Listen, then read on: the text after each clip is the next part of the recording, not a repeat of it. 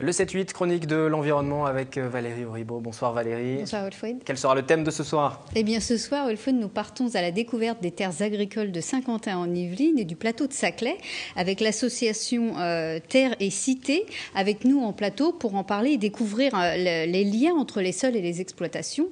Dorian Spack, bonsoir, et Florence Godino. Donc samedi dernier devait avoir lieu une randonnée qui devait durer 3 heures. Elle a été annulée pour cause d'intempéries et de neige. Comment s'articulent ces randonnées? Quel est leur but? Alors ces randonnées existent déjà c'est la 4e depuis que Terre et Cité a décidé de faire découvrir le territoire à tous les acteurs du plateau. Et donc elles ont pour objectif premier de faire découvrir le territoire, les productions agricoles et tout ce qui peut exister en termes de biodiversité. Sur le plateau et sur les vallées. Au cours de ces randonnées, rencontrent les producteurs locaux, dégustent les produits.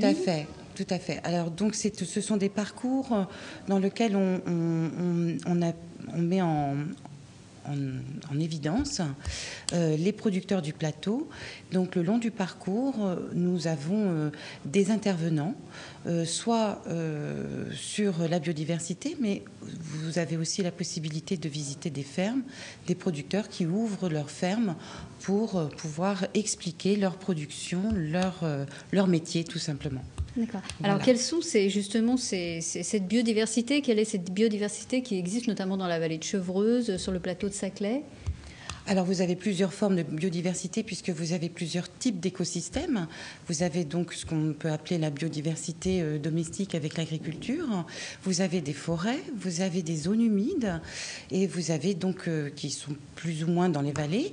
Et vous avez ces connexions qui existent entre les écosystèmes et qui nous procure non seulement une fertilité au niveau des sols, une protection au niveau de la nappe phréatique. Enfin, vous avez des espaces ouverts qui sont tout à fait préservés et protégés sur ce plateau. Et les gens sont friands donc de ces informations, de cette connaissance des terres. Tout à fait.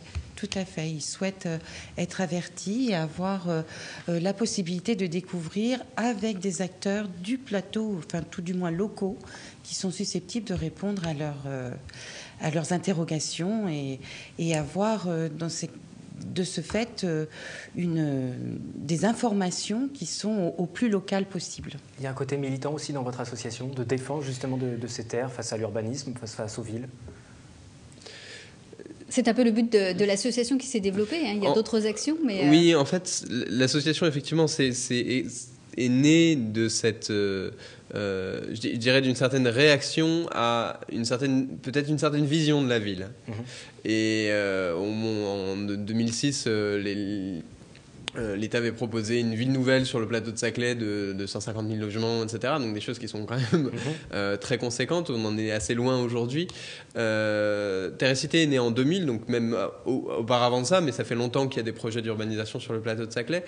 L'ambition de Terre et Cité, c'est pas d'être une association militante contre tout projet d'urbanisation, etc. C'est vraiment d'arriver à construire avec l'ensemble des acteurs locaux un projet qui permet de valoriser les espaces agricoles, les espaces ouverts du territoire. On compte parmi les membres de l'association des personnes qui ne sont pas, de par leur activité, de fait des défenseurs fervents forcément des terres agricoles, mais on a par exemple une personne qui a une position de direction au Synchrotro Soleil, donc un gros établissement de recherche, un gros établissement industriel, mais c'est des personnes qui se rendent compte que cet environnement apporte aussi justement à la dimension urbaine du plateau quelque chose de très intéressant, quelque chose qui fait que ce territoire se différencie du reste de l'Île-de-France et la fonction de biodiversité dont parlait Florence est importante. Enfin, le plateau de Saclay, c'est une grande pénétrante agricole au niveau régional, c'est aussi une grande pénétrante effectivement en termes d'espace naturel, etc.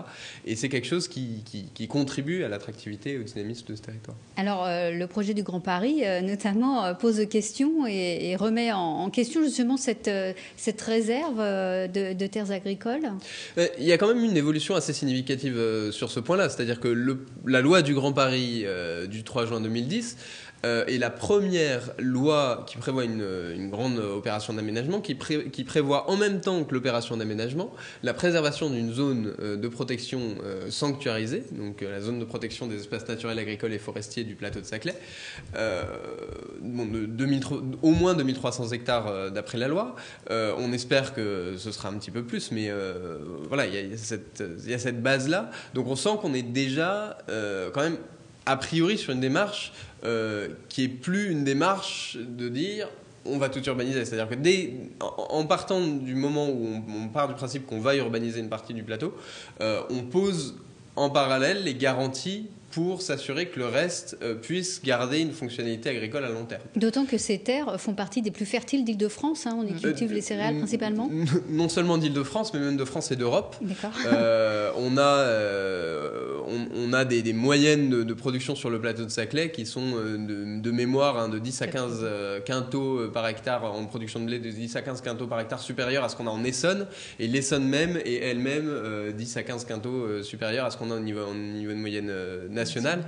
Voilà, on a très régulièrement sur le plateau de Saclay des parcelles où on fait plus de 100 quintaux à l'hectare.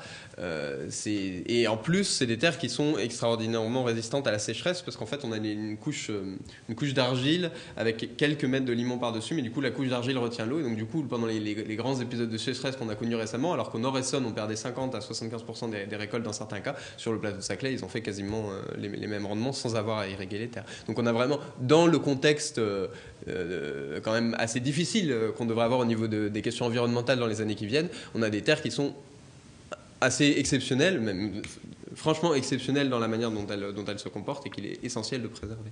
Il est essentiel aussi de ramener l'agriculteur à la place qu'il occupait autrefois, c'est-à-dire de lien social, de protection du paysage. Oui, de le ramener à la place qu'il occupait autrefois et peut-être de lui trouver une place aujourd'hui. Surtout, puisque voilà, avec la mise en place de la PAC, etc., le producteur est souvent passé dans une position justement juste de production, alors qu'en fait, il a vraiment un rôle de lien social fort à jouer au niveau du territoire, en faisant découvrir ce territoire, en le faisant vivre au niveau paysager, etc., et puis en vendant ses produits en direct à la ferme, etc., il est amené à mettre en contact en fait beaucoup de gens au niveau d'un territoire. Alors on va le voir à travers un sujet tourné notamment avec Patrick Jacques de Dixmude en novembre dernier. Ce sont les moulins de Brasseuil qui eux aussi cultivent de la farine bio. C'est un tournant de plus en plus prégnant au sein de l'agriculture aujourd'hui. Jadis à Offreville, les moulins de Brasseuil étaient à eau. Et si la rivière est immuable, les moulins, eux, ont évolué. Mais dans cette profession exercée de père en fils, la tradition demeure malgré la modernisation. Précurseur de la filière bio depuis 1972, c'est le seul site des Yvelines à posséder un moulin à meule en pierre et à cylindre. Et on revient vers le côté nature qui a été un petit peu décrié, un peu chahuté dans les années précédentes et qui aujourd'hui prend sa vraie existence, sa vraie valeur en ayant des produits naturels, des produits tracés, des produits de la région, ce en quoi nous on croit depuis des années. À aujourd'hui, on est content que qu'en Île-de-France on revoit cette force et c'est une vraie force des moulins de Brasseuil. Exemptes d'engrais et de produits chimiques, les farines bio conservent toutes leurs qualités nutritionnelles. Blé, seigle, épeautre et petit épeautre, inlassablement les farines sont écrasées, broyées et renvoyées d'un bout à l'autre des conduits.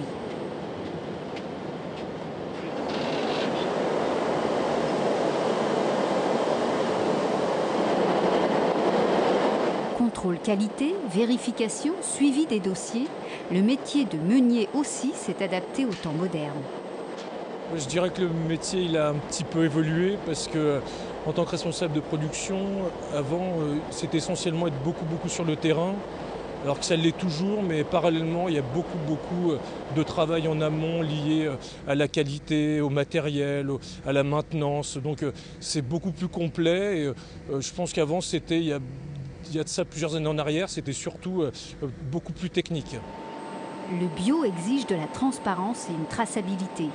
Les échanges avec les laboratoires pour analyser les qualités des produits sont légion.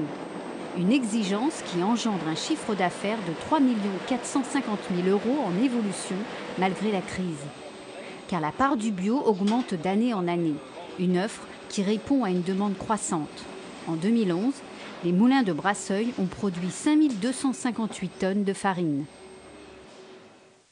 2 dernières dates à annoncer? Oui, alors deux événements en fait. La première, c'est on propose une sortie découverte qui est en partie sur la communauté d'agglomération de Saint-Quentin-en-Yvelines le 27 avril prochain. Donc vous trouverez des informations sur le site de l'association.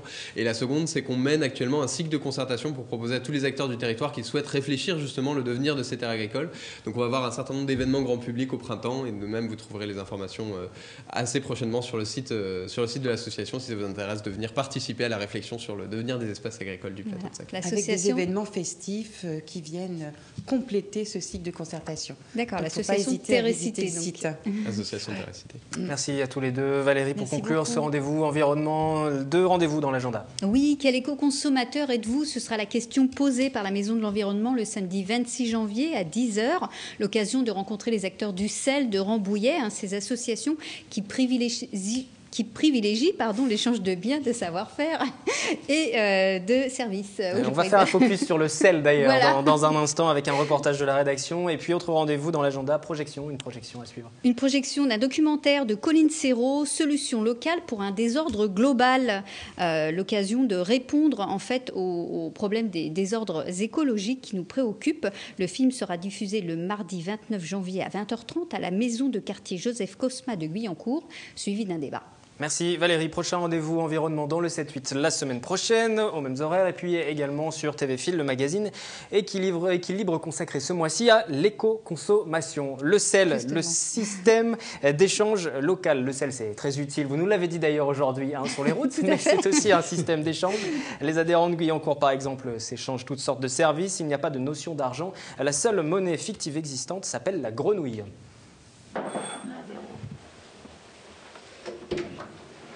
Bonsoir Lisette, ça va? Vas-y, rentre. C'est dans son appartement que Lalita, adhérente du sel à Guyancourt depuis 3 ans, reçoit Lisette, inscrite elle depuis 1 an et demi. Les 2 adhérentes ont l'habitude d'échanger des services. La spécialité de Lalita, les massages. Qu'est-ce que tu préfères aujourd'hui, jasmin comme d'habitude ou amande? Sinon là j'ai cette fois-ci l'argon. Qu'est-ce que tu veux? L'amande. Amande, bon. Amande. Ok. Ça va sentir bon. Au sel de Guyancourt, chacun possède dès l'inscription 75 points. Ici, les euros sont bannis et sont remplacés par des grenouilles. Par exemple, quelqu'un qui a besoin qu'on vienne jardiner chez lui, puis on demande de l'aide, on met une annonce. Et en fonction de la personne qui dit oui, j'accepte de vous couper, je sais pas, de tailler la haie par exemple pour 2 heures, en échange vous me donnez 50 grenouilles. Si on est d'accord, on négocie le nombre de grenouilles. Si on est d'accord, on accepte. À ce moment-là, la personne qui a un jardin, qui avait besoin de cette aide, donne 50 grenouilles à l'autre personne. Les adhérents du sel peuvent aussi échanger en fonction de leur savoir-faire sans amputer leur nombre de points. Lisette a gardé la fille de Lalita durant plusieurs jours après l'école. Le massage ne lui coûtera donc aucune grenouille ce soir. Comme on vit dans une société de consommation, moi ce qui m'a vraiment attirée dans un premier temps, c'était voilà, tout est recyclé. La table qui voulait partir à la poubelle, je l'ai récupérée, et puis la bibliothèque, et puis voilà, donc on ne gaspille rien. Quand je dis, par exemple, dans ma famille, on me dit, tiens, t'as une nouvelle robe? J'ai, ouais, à ma côté, une grenouille. Le concept séduit de plus en plus par ces temps de crise. Les Yvelines comptent actuellement 9 sels.